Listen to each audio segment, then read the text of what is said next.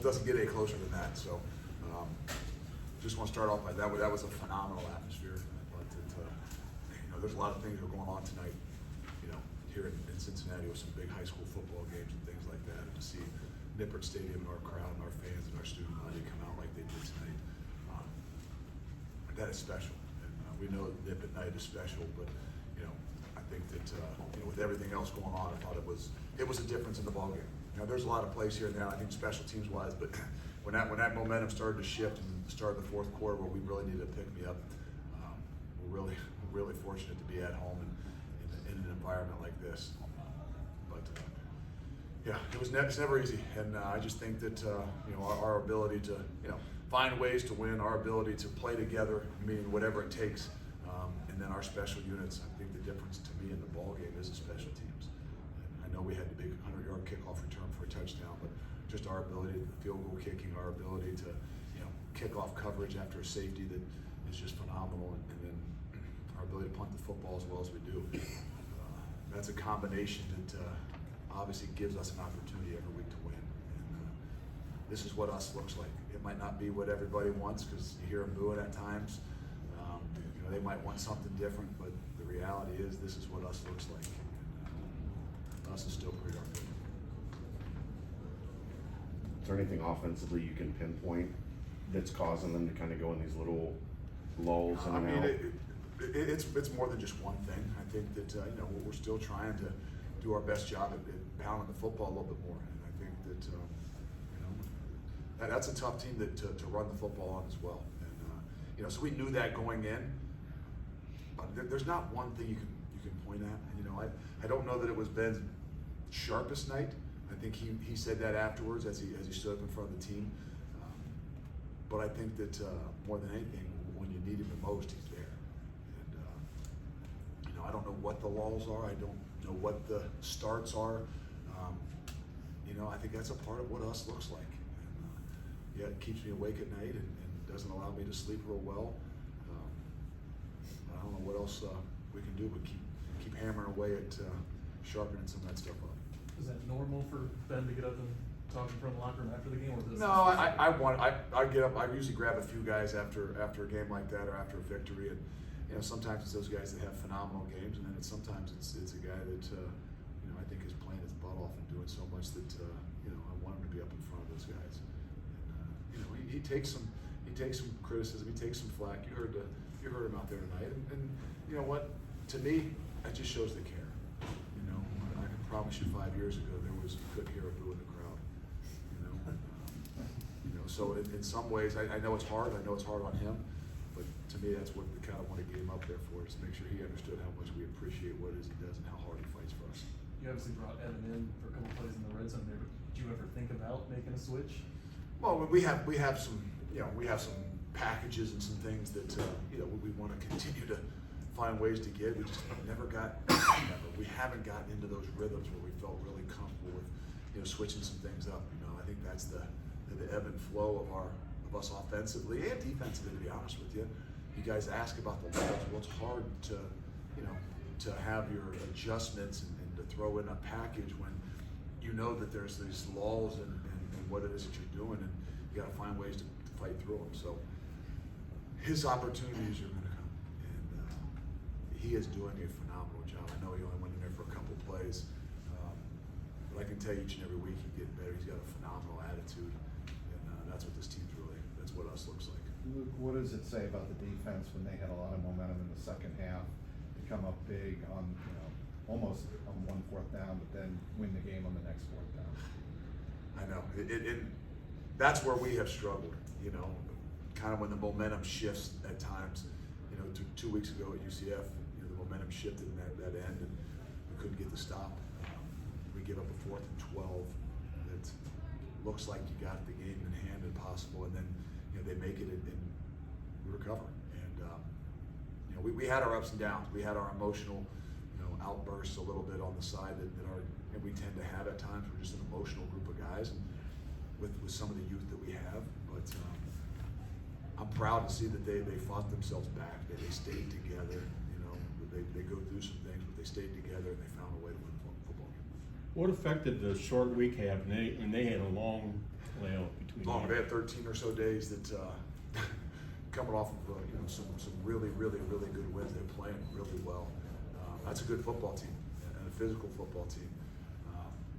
I don't know. I mean, to be honest with you, it's tough. It cramps a lot of things, and our guys did a really good job. We had to practice on Monday night like it was a Tuesday, and then our schedules are all switched up.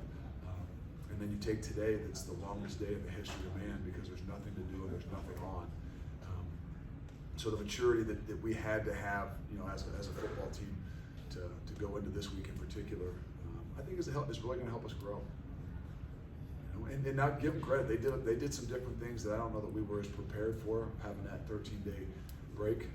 But again, that's where our guys at halftime, we made some adjustments and did some things that I think really helped us down the stretch.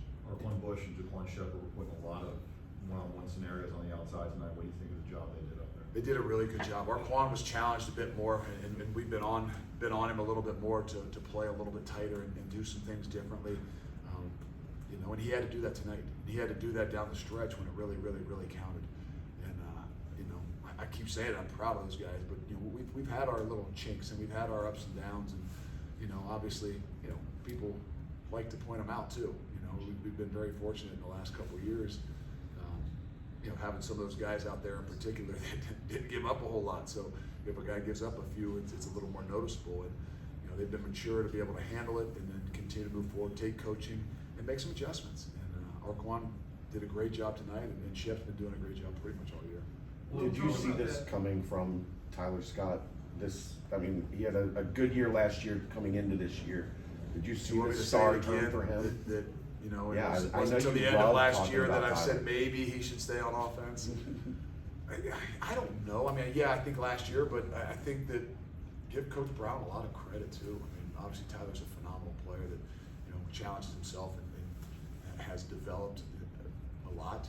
And I think that's where he's even different from last year. He's making these big plays, but I keep saying it over and over. He's not just a home run hitter. He made an incredible catch on like 3rd and 12, contested catch that was maybe as good as any of the other ones he made all year. And he continues to, not say amaze me, but make me realize how versatile he is and how far he has really come. What are you thinking when Jaden Thompson's boxing out Trey Tucker at the goal line on the kickoff? I'm not sure we worked that. I'm not sure that that's the way we envisioned it. But he's another guy that when the ball's in his hand, you've seen it the last few weeks, and he's probably taken a bigger role, and not just offensively, and maybe even a little bit more special teams wise. But he's a guy that he's playing all different positions too offensively. So his versatility is really given us the opportunity, and maybe that's a part of what you're seeing from our offense with some of the ups and downs. That there's a lot of these guys that are interchangeable and moving parts that sometimes just in each game got to kind of get them into a rhythm based on where they fit best that week. Your teams are now 18-4 in the month of November. Can you kind of talk about you emphasizing those games during this month and how important? Well, November is for champions, and November is for championship teams. You want to be playing for something in November, and we could all say we always are playing for things, but what you do in January, what you do in that off season is really meant for November. We talk about playing your best ball at the end of the year, and a lot of things go into that, but it's kind of the way I was brought up, and probably Coach Tress instilled and pounded that into my head for 10 years about what it means to play in November and what you have to do. And we try to continue to pound it here about, that's a big philosophy of how we do things and what we want to do. Offensively, you had a couple deep shots that were open and missed. There was a Pauling one. Is it more encouraging or less encouraging that those chances are there and they're just not converted? I think it's both. I think that's where one of those things where Ben feels a little bit like he wasn't as sharp. I think he missed Tyler on a double move and maybe underthrew Nick Marner on the deep ball. Threw a phenomenal ball to Will that he just didn't happen to come down with. But Will Pauling's going to be a great player too, and he's going to make a ton of plays. I know the last 2 weeks, there's some things that stand out that maybe he just didn't quite make the play, but he's still back playing when everybody had thought that he was done for the year. So he's going to make a difference as he continues to push through the season. Luke, what did you think of the discipline penalties? A couple of them in the the second half? I know, obviously, you guys like to play on the edge, but I gotta see him on film a little bit here. The 4th and 1 is mind-boggling to me. I don't quite know. I did see the guy laughing and, pointing like maybe he got by with one. I don't know. The official said he saw our guy smack him in the helmet. Either way, it's ridiculous. I mean, those are the positions we put ourselves in. That's not what I want us to look like. And we've done a much better job the last couple of weeks. Now, I'll give the officials some credit. They controlled that game when it started to get a little bit out of control, and but those things are what again caused us some more issues and probably made the game closer than what hopefully it could have been. You mentioned, Coach, at the beginning, maybe in the past you haven't always been super confident in throwing the kicker out there. Is it safe to say that's different this year? Yeah, I mean, even when you get a safety, you're going to let him go out there and just blast the ball as far as he can. I mean, he's doing a great job, and I don't know if he struggled. We didn't kick as much early in the year. He was maybe a little erratic even in camp and beginning of the season. But you know what?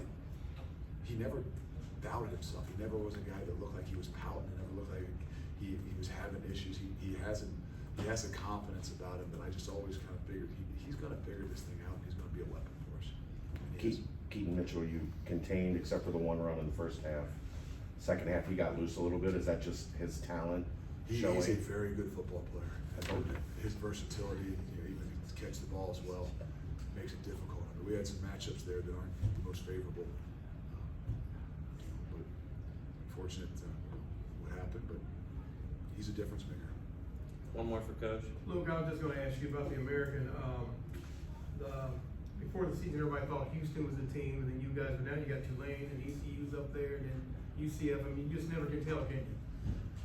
It's a really good league, and there's a lot of talent. And no matter what league you're in, you got to play. I mean, the projections are projections.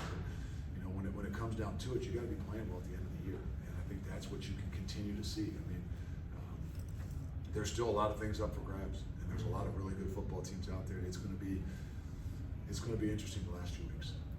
Thank you, Coach. Excellent. Thanks, Coach. Thanks, Coach.